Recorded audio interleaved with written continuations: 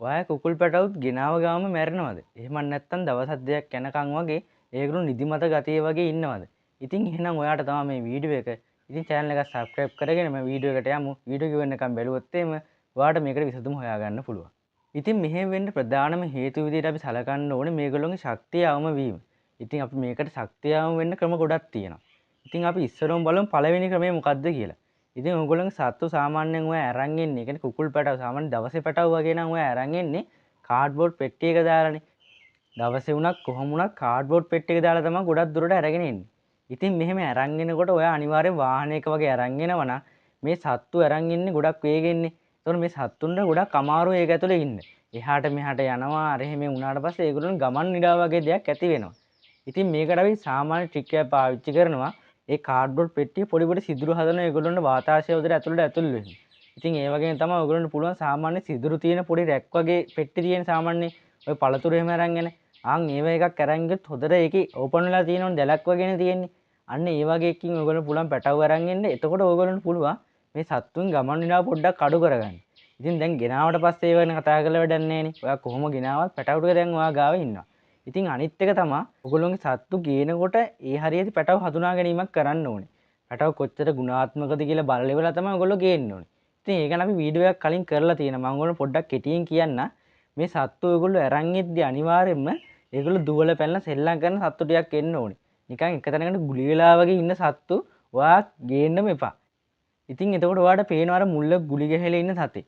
49ක් වුණත් 50 වෙන්න එකෙක් වුණත් අර සතා නම් ගේන්න එපා. මොකද එයා අනිවාර්යෙන් පොඩි කාලේ ඉඳලා ක්‍රියාශීලී නැත්තම් අනිවාර්යෙන් ලොකු වෙද්දී ඔයාට ගොඩක් කරදර විඳින්න වෙනවා.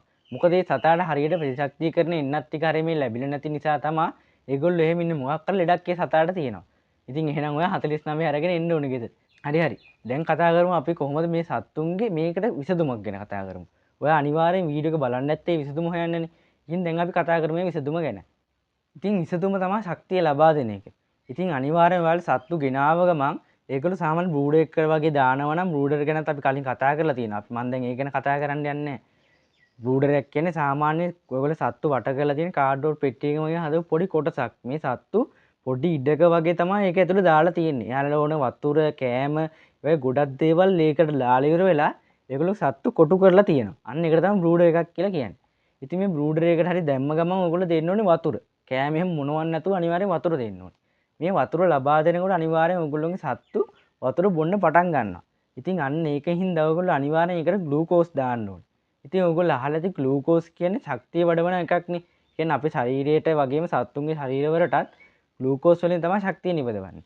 ඉතින් අනිවාර්යෙන් එතකොට ඔයගොල්ලෝ ග්ලූකෝස් ලබා දෙන්න පුළුවන් නම් ඉක්මනින් ඔයගොල්ලෝගේ සත්තුන්ට ශක්තිය ලබා දෙන්න පුළුවන්. ඔයාලට හදිස්සියේ ග්ලූකෝස් හොයාගන්න බැරි නම් අනිවාර්යෙන්ම ගෙදරක තියෙන දේ යන්නේ සීනි කියන්නේ. මේ සීනි ටිකක් ඕගොල්ලන්ට පුළුවන් වතුර හොදට දිය කරලා ලබා දෙන්න. මේ සීනි වලත් තනික ග්ලූකෝස් තමයි තියෙන්නේ. එතකොට ඕගොල්ලන්ට පුළුවන් ඕගොල්ලන්ගේ සත්තුන්ට ශක්තිය ලබා දෙන්න. ඉතින් මේ පළවෙනි එක ඉවරයි. අනිත් එක තමයි ඕගොල්ලන්ට පුළුවන් ඕගොල්ලන්ගේ සත්තුන්ගේ ප්‍රතිශක්තිය වැඩි කරන්න C විටමින් වගේ දේවල් ලබා දෙන්න. මේ C විටමින් වගේ දේවල් B විටමින් එතකොට ඕගොල්ලන්ට පුළුවන් කඩවල වලින් මිලදී ගන්න චූටි පැටවුන්ට දෙන බෙහෙත්. අන්න ඒ වගේ දේවල් ඕගොල්ලන්ට පුළුවන් අර වතුර එකත් එක්කම කලවම් කරලා ලබා දෙන්න. එතකොට ඔයගොල්ලෝ අනිවාර්යයෙන්ම දෙන්න ඕන දෙයක් තමයි C විටමින් කියන්නේ. C විටමිනුයි B විටමිනුයි තමයි ගොඩක්ම දෙන්න ඕනේ. අනිවාර්යයෙන් ඔයගොල්ලෝ C විටමින් ලබා දෙන්න ඕනේ පොඩි පැටවු හින්දා. මේගොල්ලොන්ට ප්‍රතිශක්තියක් හොදට ඇති වෙන ලෙඩ රෝග වලින් ආරක්ෂා වෙන්න C විටමින් ගොඩක් වැදගත් වෙනවා.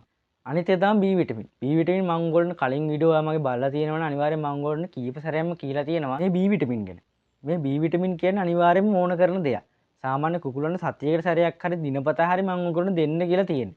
මොකද මේ ගොඩක් වැදගත් වෙනවා ඔයගොල්ලන්ගේ සත්තුන්ගේ බිත්තර අස්වැන්නට වගේම නිරෝගීකමට.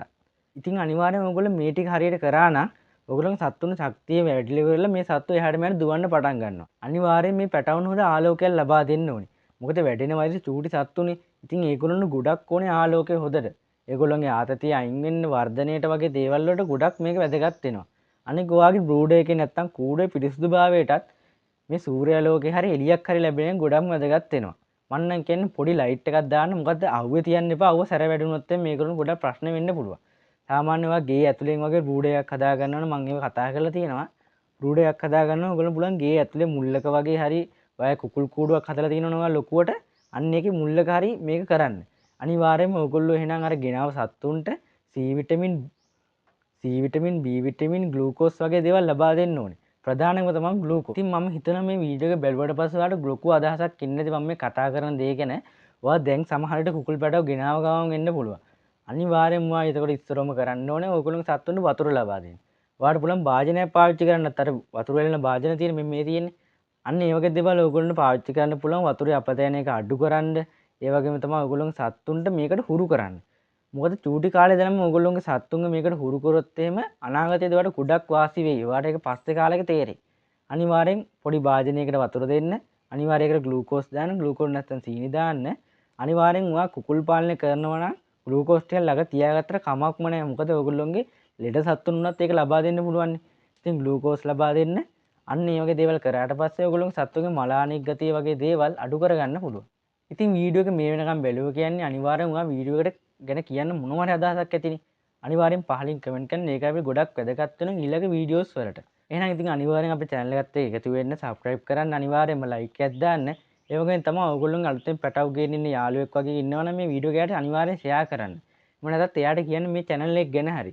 ඔයාලට පුළුවන් මේ channel එකේ වීඩියෝ ටික පියරලා බැලුවොත් එහෙම කුකුල් පාලනේ ගොඩ යන්න පුළුවන් ගොඩක් කරුණු හොයාගන්න. එහෙනම් ඉතින් අදට ගිහින් එන්න අනිවාර්යෙන් පැටව ටික හොදලා බලා ගන්න.